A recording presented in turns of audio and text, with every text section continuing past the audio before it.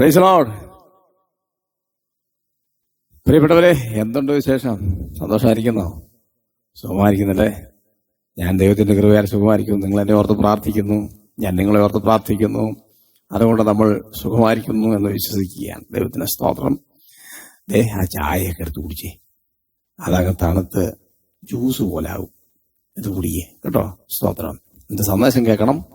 കേട്ടിട്ട് ആർക്കെങ്കിലും ഫോർവേഡ് ചെയ്യാവുള്ളൂ, കേൾക്കാതെ ഫോർവേഡ് ചെയ്യരുത് പ്ലീസ്. ഓക്കെ, ദൈവം നിങ്ങൾ അനുഗ്രഹിക്കട്ടെ. നിങ്ങൾ ഓരോ ഗ്രൂപ്പിലേക്ക് നിങ്ങൾ ഫോർവേഡ് ചെയ്യുന്നുണ്ട്. അതുകൊണ്ട് എത്ര പേർക്ക് ഇത് എത്തുന്നതെന്ന് എനിക്ക് കൃത്യമായിട്ട് അറിയത്തില്ല. എങ്കിലും ഞാൻ പറയുക, നിങ്ങളൊരു 3 പേർക്ക് അയക്കുമ്പോൾ എങ്ങനെ വന്നാലും ആ 3 പേരും ഇത് കേൾക്കാൻ ദൈവം ഇടയാക്കും. ദൈവത്തിന് സ്തോത്രം.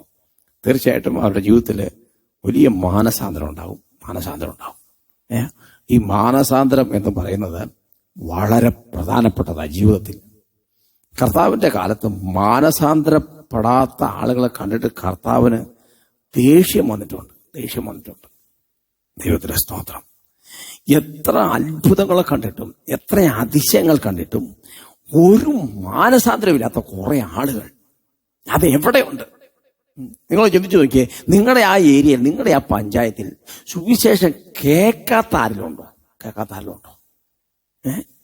ഇനി സുഹൃത്തെ, താങ്കളുടെ വീട്ടിൽ ഏതെങ്കിലും ഒരു ഉപദേശി ഒരു കൈപ്രതി ട്രാക്ട് കൊണ്ട് തന്നിട്ടില്ലേ? വേണ്ട, ഒരു പുതിയ നിയമത്തിന്റെ കോപ്പി നിങ്ങൾ കണ്ടിട്ടില്ലേ? സ്തോത്രം. എത്രയോ സ്ഥലങ്ങളിൽ സുവിശേഷം പ്രസംഗിച്ചു. ചില സിറ്റികളിൽ എല്ലാ വർഷവും സുവിശേഷം പ്രസംഗിക്കുന്നുണ്ട്. ഇല്ലേ? യേശു ആരാന്ന് അറിയാത്ത ആരാ കേരളത്തിലുള്ളത് ഞാൻ ചോദിക്കുക. ഇനി അങ്ങനെ ആരെങ്കിലും ഉണ്ടെങ്കിൽ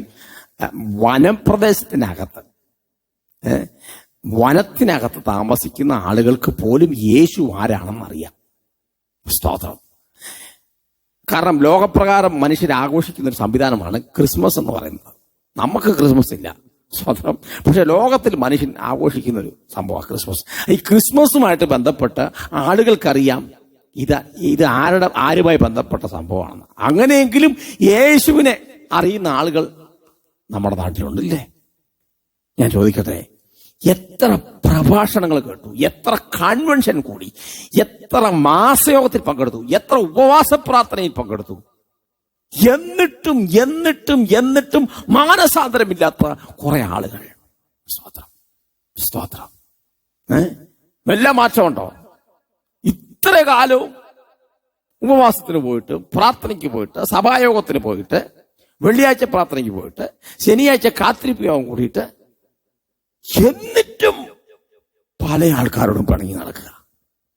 എന്നിട്ടും ആ വൈരാഗ്യം കളഞ്ഞിട്ടില്ല. എന്നിട്ടും ആ അസൂയ മാറിയിട്ടില്ല. എന്നിട്ടും വ്യക്തികളെ ഇടിച്ചു താത്തി സംസാരിക്കുന്ന മാറ്റിയിട്ടില്ല. എന്നിട്ടും ആ ജാതിക്കോമരം മാറിയിട്ടില്ല. എന്നിട്ടും പാഷ്യാലിറ്റി മാറിയിട്ടില്ല. എന്നിട്ടും കുറ്റം പറച്ചിൽ അവസാനിച്ചിട്ടില്ല. എന്നിട്ടും ജീവിതത്തിലൊരു ക്രമീകരണം ഇല്ല. സ്തോത്രം. അല്ലേ? എത്രയോ വർഷങ്ങളായി യേശുവിനെ അറിഞ്ഞിട്ട്, യേശുവിനെ സ്വന്തം രക്ഷിതാവും കർത്താവുമായിട്ട് നിങ്ങൾ സ്വീകരിച്ചിട്ട്. സ്തോത്രം. ഇപ്പോഴും സിനിമ കാണുന്ന ആളുകളുണ്ടല്ലേ? ഇപ്പോഴും തെറി പറയുന്നവരുണ്ട്. ഇപ്പോഴും ടാക്സ് കെട്ടാത്തവരുണ്ട്. ഇപ്പോഴും ടാക്സ് വെട്ടിപ്പ് നടത്തുന്നവരുണ്ട്. ഇപ്പോഴും നിയമജ്ഞന്മാരുടെ നേരെ കയർക്കുന്നവരുണ്ട്. സ്തോത്രം. എവിടെ മാനസാന്തരം? സ്തോത്രം. ഗവൺമെന്റിന്റെ നിയമം ലംഘിക്കുന്ന നിങ്ങൾക്ക് മാനസാന്തരമില്ല എന്ന് ഞാൻ പറയും. സ്തോത്രം. ഗവൺമെന്റ് ഒരു നിയമം വെച്ചിട്ടുണ്ടെങ്കിൽ അത് രാജ്യത്തെ എല്ലാവരും പാലിച്ചേ പറ്റൂ.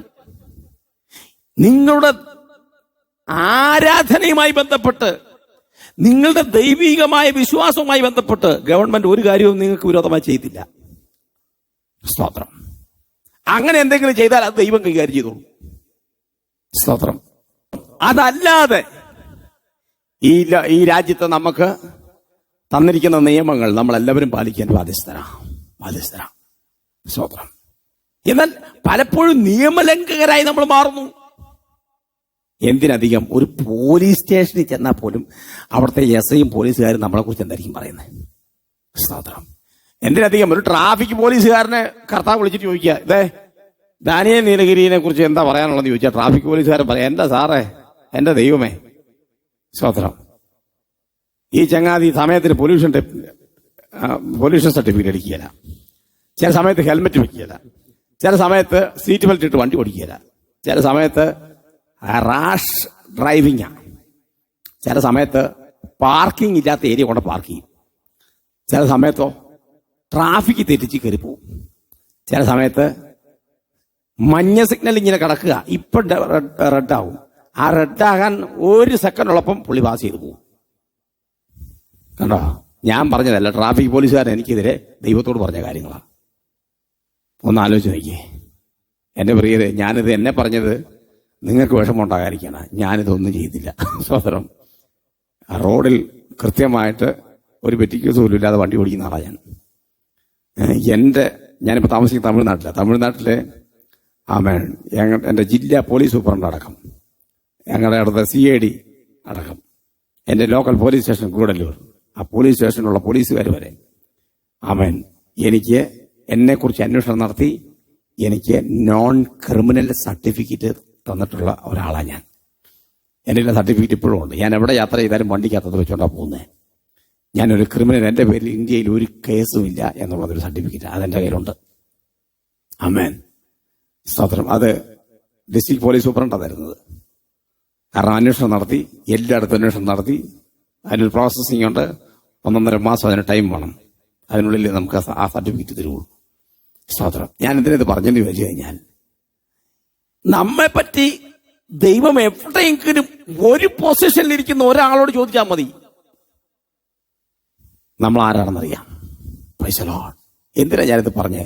ഒരു മാനസാന്തരവും ഇല്ല. എവിടെയാ നമുക്ക് മാനസാന്തരമുള്ളേ? Praise the lord. ആമേൻ. സഭാരാധന ഇപ്പോൾ സഭായോഗത്തിന് പോകാൻ പറ്റത്തില്ല, വീട്ടിലിരുന്ന് ആരാധന. പക്ഷെ പല ആളുകളും സൂം മീറ്റിങ്ങിനകത്ത് വീഡിയോ ഓഫാക്കിയിട്ടിട്ട്, ഞാൻ ഇതിനു മുമ്പ് സൂം മീറ്റിങ്ങിനെ കുറിച്ച് ഒരു കാര്യം ഞാൻ പറഞ്ഞതാണ്. സ്തോത്രം. സൂം മീറ്റിങ്ങിൽ ആളുകൾ പങ്കെടുക്കാറുണ്ട്, ഒറ്റ വീഡിയോ ഓണാക്കത്തില്ല. സ്തോത്രം. എന്റെ സുഹൃത്തുക്കളെ, ഞാൻ നിങ്ങളോട് പറയട്ടെ, നിങ്ങളുടെ ചർച്ചിലെ ഒരു മീറ്റിങ്ങിന് ഞാൻ അവിടെ വരിക എന്ന് വിചാരിക്കുക. നിങ്ങളെല്ലാവരും വലിയൊരു പുതപ്പും കൊണ്ട് വന്ന്, അവനവന്റെ വീട്ടിൽ നിന്ന് ഓരോ പുതപ്പും കൊണ്ട് വന്ന് ആ പായലിരുന്നിട്ട് അല്ലെങ്കിൽ ആ കസേര ഇരുന്നിട്ട് ആ പുതപ്പ് ദേഹത്തൂടെ മുഴുവൻ മൂടിയിട്ട് സഭയിലുള്ള ഇപ്പൊ 100 പേര് സഭയിലുണ്ടെന്ന് വെച്ചോ, 95 പേരും ഇങ്ങനെ ഇരിക്കുവാണെങ്കിൽ 5 പേരുടെ തലയെ എനിക്ക് കാണാൻ പറ്റുന്നുള്ളൂ, അവരുടെ മുഖം എനിക്ക് കാണാൻ പറ്റുന്നുള്ളൂ. ബാക്കി 95 പേരും ഈ പുതപ്പ് മൂടിയിട്ട് ഇരിക്കുകയാണെങ്കിൽ ഞാൻ അവിടെ എങ്ങനെയാ പ്രസംഗിക്കുന്നത്? ഒന്ന് പറ, നിങ്ങൾ പറ. സ്തോത്രം. ഞാനവിടെ എങ്ങനെ പ്രസംഗിക്കും? അതിന് പല ആൾക്കാരും പറഞ്ഞ, പാസ്റ്ററെ വീട്ടിനകത്ത് വൃത്തികേടല്ല, ആൾക്കാർ കാണും. വൃത്തികേടില്ലാത്തൊരു നീ ഇരിക്കും. സ്തോത്രം. മുറ്റത്തോട്ടിറങ്ങിയിരിക്കാലോ നിനക്ക്. സ്തോത്രം. എന്നിട്ടോ ആളെ കാണാൻ പറ്റില്ല. ആകെ കാണുന്നത് 5 or 6 പേര്, അല്ലെങ്കിൽ 8 പേര്, അല്ലെങ്കിൽ 10 പേര്. ബാക്കിയുള്ളതെല്ലാരും വീഡിയോ മ്യൂട്ടാ. സ്തോത്രം. ദൈവം നിന്നെ ഒരു ദിവസം മ്യൂട്ടാക്കും കേട്ടോ, മറക്കരുത്. ആമേൻ. എന്ത് മാനസാന്തര നമുക്ക് വന്നത്. ഒരു മീറ്റിംഗ് നിങ്ങൾ പങ്കെടുക്കുന്നുണ്ടെങ്കിൽ അതിനകത്ത് ഫുൾ ടൈം നിങ്ങളുടെ വീഡിയോ ഓൺ ആയിരിക്കണം. ഞാൻ എത്രയോ മീറ്റിംഗിൽ പങ്കെടുക്കുന്നു, ഞാൻ പങ്കെടുക്കുന്നു. എന്റെ വീഡിയോ എവിടെയെങ്കിലും മ്യൂട്ടായിരിക്കും നിങ്ങൾ കണ്ടിട്ടുണ്ടോ? പറ. സ്തോത്രം. എന്റെ പ്രിയരെ, ദൈവം സകലവും കാണുന്നുണ്ട്. ഇപ്പോഴത്തെ ഈ പാൻഡമിക് സിറ്റുവേഷൻ ഇങ്ങനെ പോകാൻ പറ്റുള്ളൂ നിങ്ങൾക്കറിയാം. അപ്പൊ തന്നെ ഒരു കാര്യം കൂടെ ഞാൻ പറയട്ടെ. ചിലപ്പോൾ വീഡിയോ ഓണാക്കിയാൽ ഓഡിയോ കേൾക്കാൻ പറ്റാത്ത സംവിധാനമുണ്ട്. അങ്ങനെ ഒരു ടെക്നിക്കൽ പ്രോബ്ലം ഇതിനകത്തുണ്ട്. അത് ഞാൻ പറയണല്ലോ. സ്തോത്രം. അല്ലേ? ചില ആളുകൾ ടൗണിലായിരിക്കും താമസിക്കുന്നത്, ചില ആളുകൾ ടവറിന്റെ തീരെ സിഗ്നൽ കുറഞ്ഞ സ്ഥലത്തായിരിക്കും താമസിക്കുന്നത്. അവിടെ ഇരുന്നുകൊണ്ടായിരിക്കും അവർ ഈ മീറ്റിംഗിൽ കേൾക്കാമെന്ന് കരുതി ഈ സൂം മീറ്റിംഗിൽ കയറുന്നത്. നിങ്ങളെ ഓർത്തല്ല ഞാൻ പറഞ്ഞത്. പട്ടണങ്ങളിൽ താമസിക്കുന്നവർ, നല്ല റേഞ്ച് ഉള്ളിടത്ത് താമസിക്കുന്നവർ, നിങ്ങളുടെ വീഡിയോ 100% ഓണാക്കി വെക്കണം. അല്ലെങ്കിൽ നിങ്ങൾ മീറ്റിംഗിന് കയറരുത്. ആളെ എണ്ണം കാണിക്കാൻ വേണ്ടി കയറരുത്. പ്ലീസ്. Price the Lord. എന്നാ നമുക്കൊരു മാനസാന്തരം ഉണ്ടാകുന്നത്? രാവിലെ സഭായോഗത്തിന് പള്ളി വന്നിട്ട് ചർച്ചയിൽ വന്നിട്ട് നിങ്ങൾ ആ പേരച്ചോട്ടി പോയിരുന്നിട്ട് സഭായോഗം കൂടിയാലോ? അതുപോലെ ഉള്ളത്. അതുകൊണ്ട് മാനസാന്തരം എല്ലാ മേഖലയും ഉണ്ടാകട്ടെ. സ്തോത്രം. മത്തായി സുവിശേഷം 11-ാം അധ്യായത്തിന്റെ 20-ാം വാക്യം മുതൽ നാം വായിക്കുമ്പോൾ അവിടെ എഴുതിയിരിക്കുന്നത്, പിന്നെ അവൻ തന്റെ വീര്യപ്രവൃത്തികൾ മിക്കതും നടന്ന പട്ടണങ്ങൾ മാനസാന്തരപ്പെടാകിയാൽ അവയെ ശാസിച്ചു തുടങ്ങി, വഴക്ക് പറഞ്ഞു തുടങ്ങി. സ്തോത്രം, സ്തോത്രം. Price the Lord. ഇനി ആരാ നിങ്ങളെ ശാസിക്കേണ്ടത്? നിങ്ങളുടെ ശുശ്രൂഷകൻ നിങ്ങളെ ശാസിച്ചാൽ നിങ്ങൾ മുഖം വീർപ്പിച്ച് കാണിക്കും. നിങ്ങളുടെ സെൻട്രൽ പാസ്റ്റർ നിങ്ങളെ ശാസിച്ചാൽ കണ്ടാൽ മൈൻഡ് ചെയ്യല. നിങ്ങളുടെ നേതൃത്വം നിങ്ങളെ ശാസിച്ചാൽ അദ്ദേഹത്തിന്റെ നേരെ നിങ്ങൾ കരികേർദിക്കും. സ്തോത്രം. എന്നാൽ ഇന്ന് രാവിലെ പരിശുദ്ധാത്മാവ് നിങ്ങളെ ശാസിച്ചാലോ? സ്തോത്രം. കൂടെ കൂടെ ശാസന കേട്ടിട്ടും ശാഠ്യം കാണിക്കുന്നവൻ. ബാക്കി നിങ്ങൾ ബൈബിളിൽ നിങ്ങൾ വായിച്ചു. സ്തോത്രം. എന്റെ പ്രിയരെ, എന്തെങ്കിലും അത്ഭുതങ്ങൾ നമ്മൾ കണ്ടവരാ. എന്തെങ്കിലും അതിശയം നിങ്ങളുടെ വീട്ടിനകത്ത് നടന്ന, എന്തെങ്കിലും വീര്യപ്രവൃത്തികൾ ദൈവം നിങ്ങളുടെ കുടുംബത്തിൽ നടത്തിയതാ. എന്നിട്ട് നിങ്ങൾക്ക് മാനസാന്തരമുണ്ടോ? ഉണ്ടാകണം. Price the Lord. എനിക്കൊരു മാനസാന്തരം ഉണ്ടാകണം, നിങ്ങൾക്കൊരു മാനസാന്തരം ഉണ്ടാകണം, നമ്മുടെ ചുറ്റുവട്ടത്തുള്ള സകലർക്കും മാനസാന്തരം ഉണ്ടാകണം. അപ്പോഴാണ് സ്തോത്രം ദൈവപ്രവൃത്തി നമ്മുടെ വീട്ടിനകത്ത് നടക്കുകയുള്ളൂ. എന്നിട്ട് നോക്കിയേ, കർത്താവ് രണ്ട് ഉദാഹരണം പറയാ. ബെത്സയിദേ കോരസീനെ. ആ ബെത്സയിദേ കോരസീനെ എന്നുള്ളടത്ത് നിങ്ങൾ നിങ്ങളുടെ പേരങ്ങ് വെച്ചു. എന്നിട്ട് ദൈവം നിന്നെ അനുഗ്രഹിക്കാൻ പോവാന്നല്ല പറഞ്ഞത്. നിനക്ക് കഷ്ടം, നിന്നെ ഓർത്ത കഷ്ടമെന്ന് പറയാ. സ്തോത്രം. നമ്മളെ ഓർത്തുന്ന രാവിലെ കർത്താവ് അങ്ങനെ പറയുന്നുണ്ടോ? ഒന്ന് ചിന്തിക്കണേ. സ്തോത്രം. നമ്മളെ ഓർത്ത് പറയുന്നുണ്ടോ? മേരിക്കുട്ടി, ജോസപ്പേ, ജോയിക്കുട്ടി, എന്താടാ ഇത് എന്ന് ചോദിക്കുന്നുണ്ടോ നമ്മളെ ഓർത്ത് ദൈവം? എന്നിട്ട് പറയാ, മേരിക്കുട്ടി, നിന്റെ വീട്ടിൽ നടന്ന അത്ഭുതം ആ രാമന്റെ വീട്ടിൽ നടന്നായിരുന്നെങ്കിൽ അവൻ എന്റെ പുറകെ ഭക്തിയോടെ വന്നേനെ. അതാണ് പറഞ്ഞതിന്റെ ചുരുക്കം. സ്തോത്രം. ഇന്ന് രാവിലെ നമുക്കൊന്ന് മാനസാന്തരത്തേക്ക് വരാം, പ്രാർത്ഥിക്കാം. നല്ല ദൈവമേ, സ്വർഗ്ഗസ്ഥ പിതാവേ, ഞങ്ങൾ ഒരുമിച്ച് തിരുസന്നിധിയിലേക്ക് വരികയാണ്. കർത്താവേ, പലപ്പോഴും ഞങ്ങളുടെ ജീവിതത്തിൽ അത്ഭുതങ്ങൾ കണ്ടിട്ടും വീര്യപ്രവൃത്തികൾ കണ്ടിട്ടും മനസ്സ് ഘടിപ്പിച്ച് ഹൃദയത്തിന്റെ കാഠിന്യ നിമിത്തം മാനസാന്തരപ്പെടാൻ മനസ്സില്ലാത്തവരായി ഞങ്ങൾ പുറംതിരിഞ്ഞു നിൽക്കുകയായിരുന്നു. ഇപ്പോൾ രാവിലെ ഞങ്ങൾ മടങ്ങി വരികയാണ് കർത്താവേ. ഇനി ഏത് മേഖലകളിലും ഞങ്ങൾ സമാധാനത്തോടെ സന്തോഷത്തോടെ മാനസാന്തരപ്പെട്ടവരെന്ന് അങ്ങേക്ക് ബോധ്യം വരുന്ന രീതിയിൽ തുടരുവാൻ ഞങ്ങളെ സഹായിക്കണമെന്ന് പ്രാർത്ഥിക്കുന്നു. അതിന് പ്രിയപ്പെട്ടവരുടെ ഹൃദയം തുറന്ന് അനുഗ്രഹിച്ച് പ്രാർത്ഥിക്കുന്നു. അവരുടെ ഹൃദയത്തിന്റെ വേദനകൾ മാറട്ടെ, അവരുടെ ഹൃദയത്തിന്റെ ചിന്താഗതികൾ മാറട്ടെ. ഒരു നല്ല ഫ്രഷ് മൈൻഡോടെ പകൽക്കാലം ജീവിപ്പാൻ ദൈവം കൃപ നൽകണമെന്ന് പ്രാർത്ഥിക്കുന്നു. പ്രാർത്ഥനയോട് നന്ദി, യേശുവിൻ നാമത്തിൽ തന്നെ. ആമേൻ, ആമേൻ. പ്രിയരെ, മാനസാന്തരത്തിന് തക്ക ഫലം കായ്ച്ച് ദൈവമക്കളായി തുടരാം. ദൈവം നമ്മെ സമൃദ്ധിയായിട്ട് അനുഗ്രഹിക്കട്ടെ.